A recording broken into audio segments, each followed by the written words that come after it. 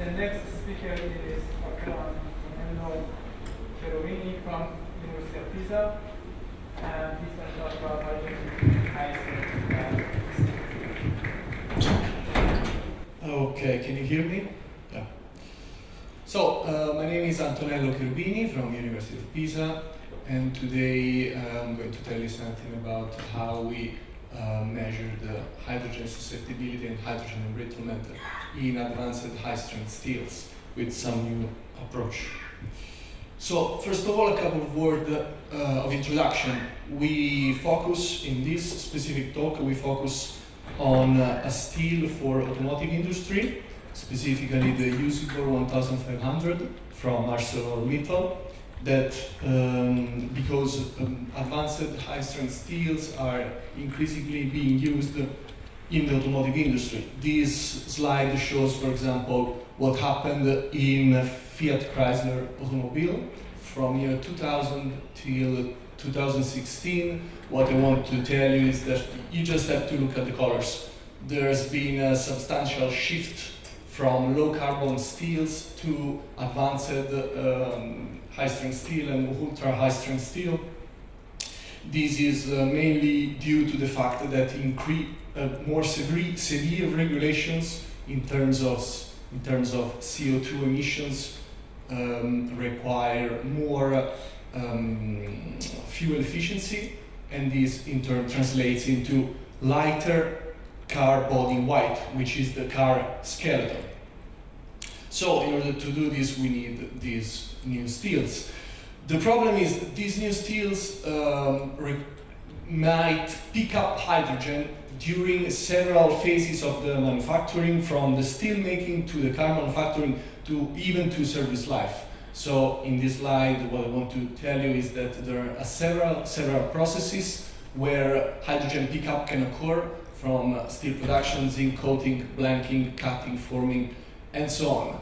So it is important to keep an eye on this, because of course, if hydrogen is picked up by the steel, there might be problems with the final product. So, and the problems might range from a single product defect to even a batch defect or withdrawal from the market, which is of course unwanted.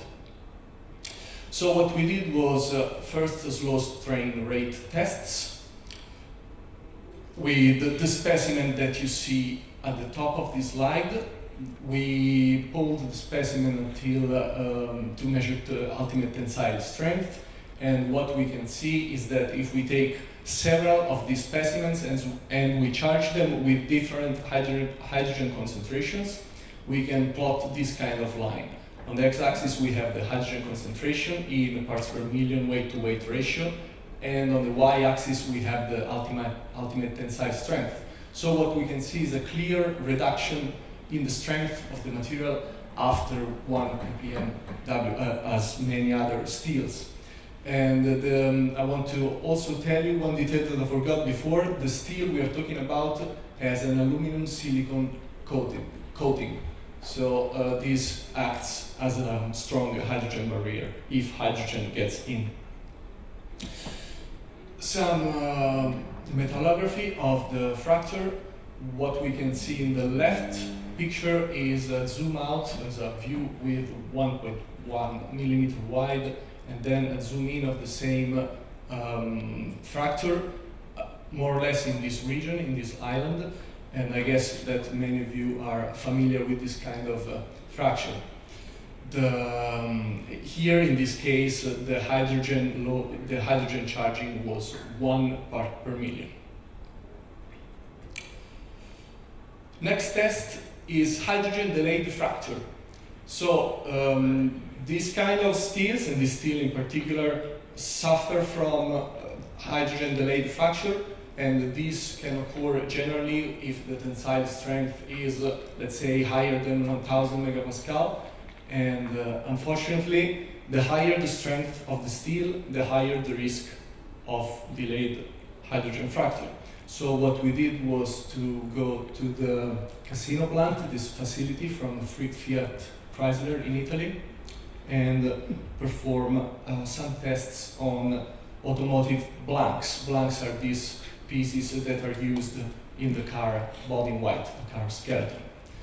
So we took this blank, we compressed it according to the schematics on the top of the slide, and the blank was first charged with hydrogen, and we waited for some time. What happened is that after 1 hour in this example, we found a big crack. I'm not sure that you can see it from the projector, but there is a fairly big crack that happened after 1 hour at yield strength. Last tests are hydrogen permeation tests. We used this experimental setup, which is different from the double cell Devanathan-Stakursky cell, in that this setup has only one electrolytic cell, and the hydrogen that goes out from the outlet side of the specimen is measured by means of a solid state sensor. So here you can see the plate, the cathode, that is our specimen. We have hydrogen forming on the left surface. Hydrogen flows from the higher concentration to the lower concentration, and then goes into the a funnel-shaped probe. This funnel sucks up air that can enter through this hole and sucks up hydrogen too. This hydrogen concentration is measured by the solid state sensor, and finally the air and hydrogen can go out of the device. We have then the measurement displayed by means of a standard permeation curve. So on the x-axis we have the time, and on the y-axis we have the hydrogen flow in terms, for example, of atoms per square meter per second.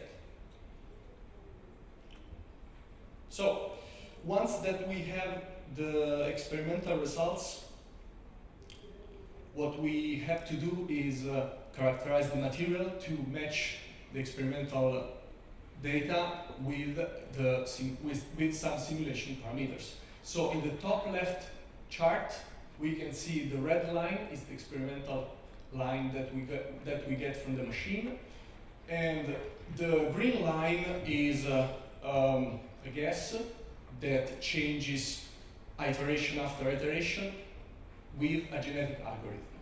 So we can see how this evolves in real time in this short video. So as you can see, the green line approaches the red line after that each iteration is deemed successful. In the top right chart, you can see how the parameters, the McNabb and Foster numerical parameters for the simulation change over time. So you can see the total computation time on the x-axis, and the coefficients are, of course, normalized to display them all once. On the bottom left chart, we have the error reduction and the error normalized. And finally, on the bottom right chart, we have the computation times. Usually, in this case, the average computation time was 0.5 seconds. As you could see, the simulations were running fairly fast. So what we get at the end is this kind of curve, and we got this curve in two instances. First, before quenching hot stamping, and second, after quenching hot stamping, since for this kind of steel, hot stamping and quenching occur during the same process. So we have the red lines, which are the experimental lines, and the blue lines that move to green, blue-green lines that are the simulated lines. The dots, don't bother about the dots, these are just to compute the equivalent to diffusion coefficients. So with this data on this steel, we could fit the two curves fairly well by choosing a different concentration of the number of the concentration of reversible traps. So more or less, after hot stamping, we have 3 times as much reversible traps. all the other data is roughly constant, and also the binding energy in this case is the theoretical binding energy is constant.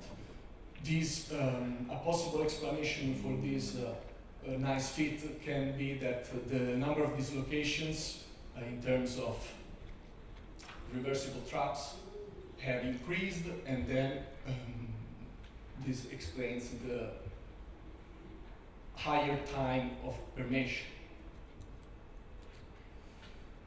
So finally, a couple of words to summarize everything. We analyzed the usable 1500 aluminum silicon coated steel by means of several tests: slow strain rate tests, delayed fractal tests, and permeation tests.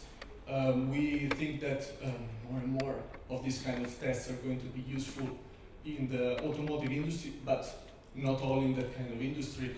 And of course, we encourage researchers to go in this direction and perform more of these tests. Thank you. If you have any questions, please feel free to ask them to me now, or you can send me an email if we don't have time. Thank you. So for your permeation experiment, what is the driving force for the hydrogen to go on that side? Just the concentration. So if on the left side there is a standard electrolytic solution.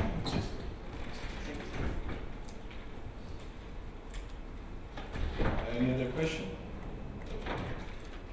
So generally so this steel doesn't show any transformation during deformation, like this. Which kind of transformation? This aluminum. Okay, fine. So it's only the dislocations that are contributing to the trapping in your body. This is a possible explanation. Considering the nice fit, makes sense, but of course, I mean, things are complicated. So. Okay. Let's time this.